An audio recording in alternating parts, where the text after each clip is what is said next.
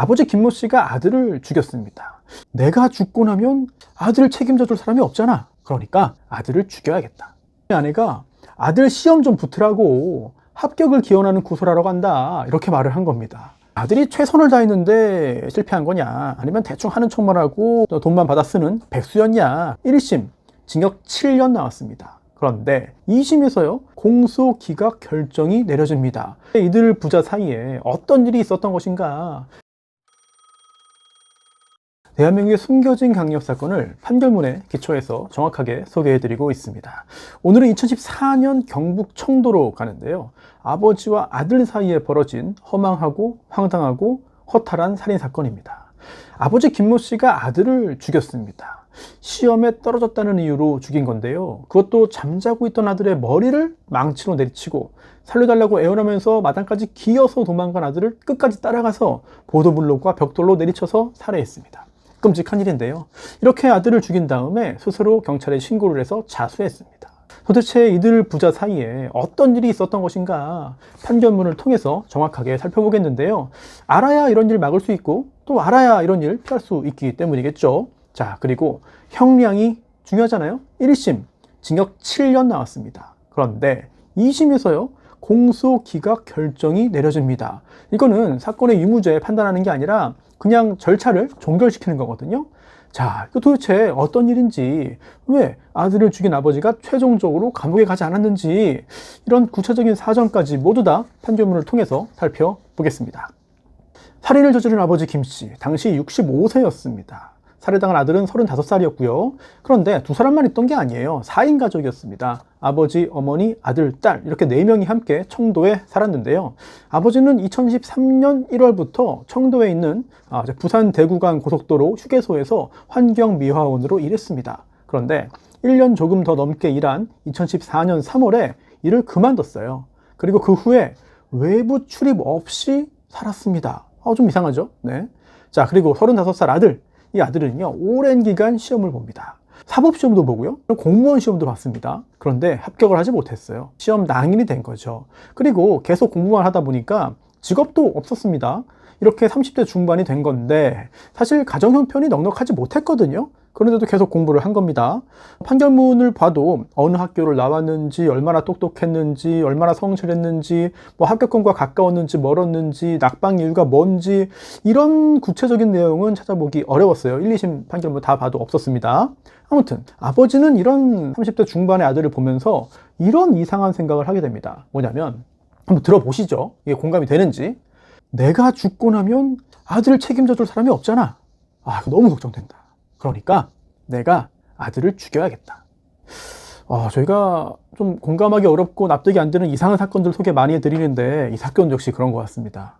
이게 도대체 무슨 말인지 모르겠습니다. 정상적인 사고가 아니죠. 자, 그런데 이거 좀 이상하잖아요. 시험이라는 게 붙는 사람도 있고 떨어지는 사람도 당연히 있는 겁니다. 그리고 직업 조금 늦게 구할 수도 있죠. 그리고 요새 35살 그게 늦은 것도 아니잖아요. 또 좀 늦었다 하더라도 각성하고 분발해서 더 열심히 하면은 성과 낼 수 있습니다. 그런데 아버지는 이 아들에 대해서 너를 위해서, 그러니까 아들을 위해서, 또한 가족들을 위해서 일자리도 없는 아들 내가 죽여야겠다, 이런 이상한 생각을 하게 됩니다. 자, 아들이 최선을 다했는데 실패한 거냐, 아니면 대충 하는 척만 하고 집에서 돈만 받아 쓰는 백수였냐, 그래서 아버지가 화난 거냐, 여기에 대해서 판결문에 명확하게 나와 있지는 않습니다. 하지만 양형의 이유에, 1심 판결문 양형의 이유에 이런 내용이 있긴 해요. 참고를 할 수 있겠죠. 뭐냐면, 피고인이 범행을 결의함에 있어 피해자에게 그 어떤 귀책 사유도 있었다고 보기 어렵다. 자, 그렇다면 비록 시험에 계속 떨어졌지만 직업은 없었지만 열심히 공부를 했음에도, 그래도 어느 정도 열심히 했음에도 결과가 좋지 못한 거 아니었냐, 이렇게 보이거든요. 만약에 하는 척만 하고 계속 놀았다면은 좀 다른 표현이 사용되지 않았을까라는 생각도 듭니다. 자, 그리고 또 중요한 게 있습니다. 어찌 보면 이게 가장 중요한데요. 아버지가 일을 그만둔 다음에 바깥 출입을 아예 안 했다고 했잖아요. 심지어 빈 방에서 아무것도 하지 않고 가만히 앉아 있기만 했습니다. 네, 이런 경우에 떠오르는 게 있죠. 네, 아버지가 심한 우울증을 앓고 있었습니다. 이렇게 우울증을 앓고 있던 아버지, 직접적인 사건이 하나 터집니다. 2014년 4월 15일 아침 7시인데요. 갑자기 집에 있던 아내와 딸이 외출을 하겠다는 거예요. 아니, 뭐 이렇게 아침 일찍 어디 가냐? 물어봤더니 대구를 간다고 해요. 뭐 청도에서 대구가 아주 멀진 않습니다.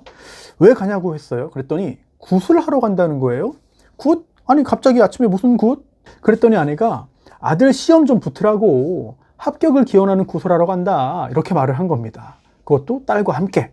자, 남편은 말렸습니다. 아니 돈도 없는데 무슨 대구까지 가서 굿을 하냐, 굿을 하면 돈도 많이 들지 않냐, 이렇게 남편이 반대를 했지만 아내와 딸은 대구로 가버렸습니다. 자, 상황이 이렇게 되자 아버지는 아들을 죽이기로 합니다. 그리고 아내와 딸이 떠난 지 얼마 되지 않았어요. 오전 8시 15분경에 그때 아들은 방에서 아직 자고 있었거든요.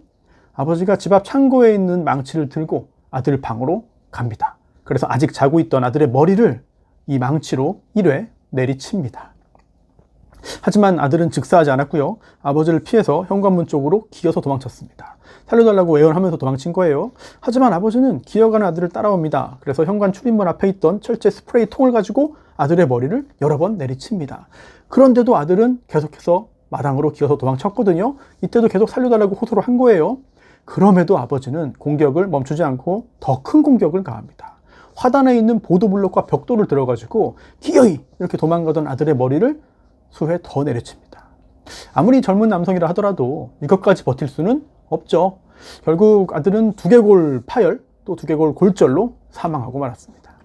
그리고 당시 상황을 보여주는 내용들이 판결문에 있는데요. 바로 몰수된 물건들입니다.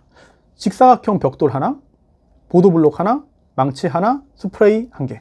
네, 이게 몰수됐는데요. 이건 아들을 공격한, 가격한 그런 공격 도구였기 때문입니다. 그리고 또 몰수된 게 있습니다. 상의 잠바 1개, 체크셔츠 1개, 추리닝 바지 1개. 여기에 더해서 장화와 목장갑 1개까지. 이거는 범행 당시 아버지가 장화를 신고 목장갑을 낀 상태에서 살인한 거 아니냐, 추측입니다만 뭐 피가 묻거나 튀거나 이런 걸 막기 위한 목적이 아니었을까라는 생각도 듭니다. 하지만 범행 후에 곧바로 신고를 하고 자수를 하긴 했습니다. 그 외에 더 구체적인 내용들은 판결문에도 나와 있지 않았는데요. 자, 이렇게 아들을 죽인 아버지, 범행 직후에 스스로 경찰에 전화를 걸어서 신고했고 순순히 자수했습니다. 그리고 이 같은 시간에 대구로 굿하러 갔잖아요. 게다가 아들 합격 구술하러 간 겁니다. 그런데 이 소식을 전해 들었잖아요.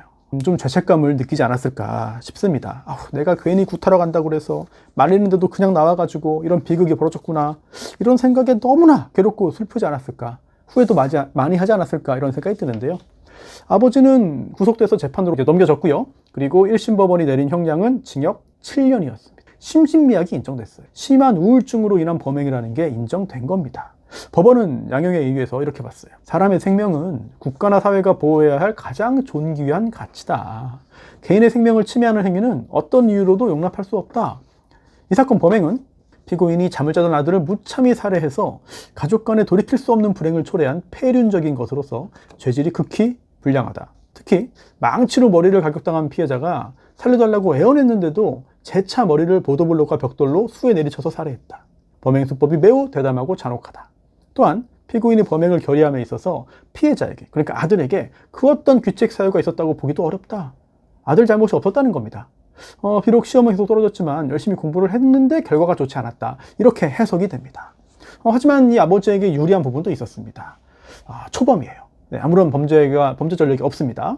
그리고 무엇보다 범행 당시에 심한 우울증으로 심신미약 상태에 있었다. 범행 직후에 자수했고 자신의 잘못을 깊이 반성하고 있다. 또 여기에 더해서 아버지인 피고인도 아들인 피해자의 죽음으로 이미 누구보다 큰 괴로움을 겪고 있고 평생을 죄책감과 회한 속에서 살아가게 될 것이다.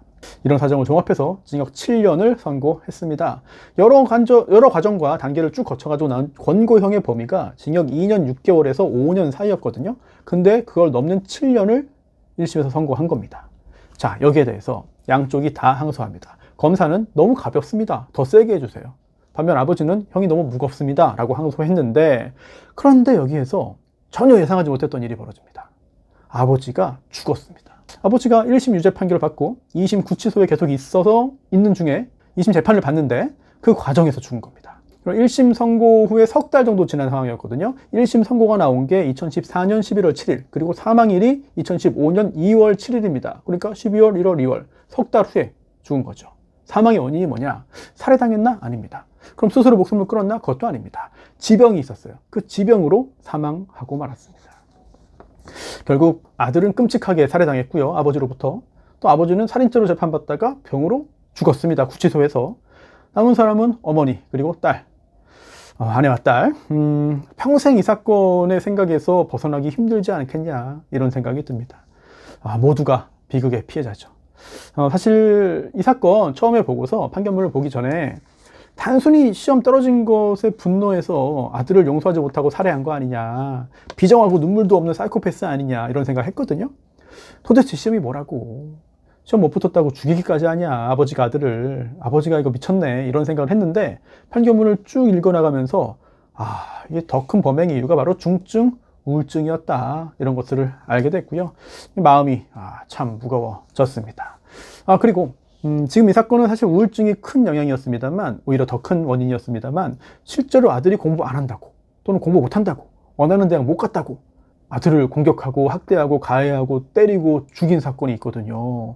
뭐 중고등학교도 아들, 딸에게 대해서 그런 범죄를 한 적도 있고, 또는 그거를 당하다가 못 참고 보복으로 부모를 죽인 학생들의 사례도 있고, 이런 판결도 제가 곧 소개를 해드리겠습니다. 너무 많아요. 네, 너무 많아요. 좀 생각할 부분이 많지 않을까 싶습니다. 오늘은 이렇게 2014년 경북 청도에서 벌어진 시험에 떨어졌다고 아들을 살해한 아버지 사건 알아봤고요. 저는 다음 시간에도 대한민국의 숨겨진 강력 사건을 판결문을 통해서 정확하게 계속 소개해 드리겠습니다.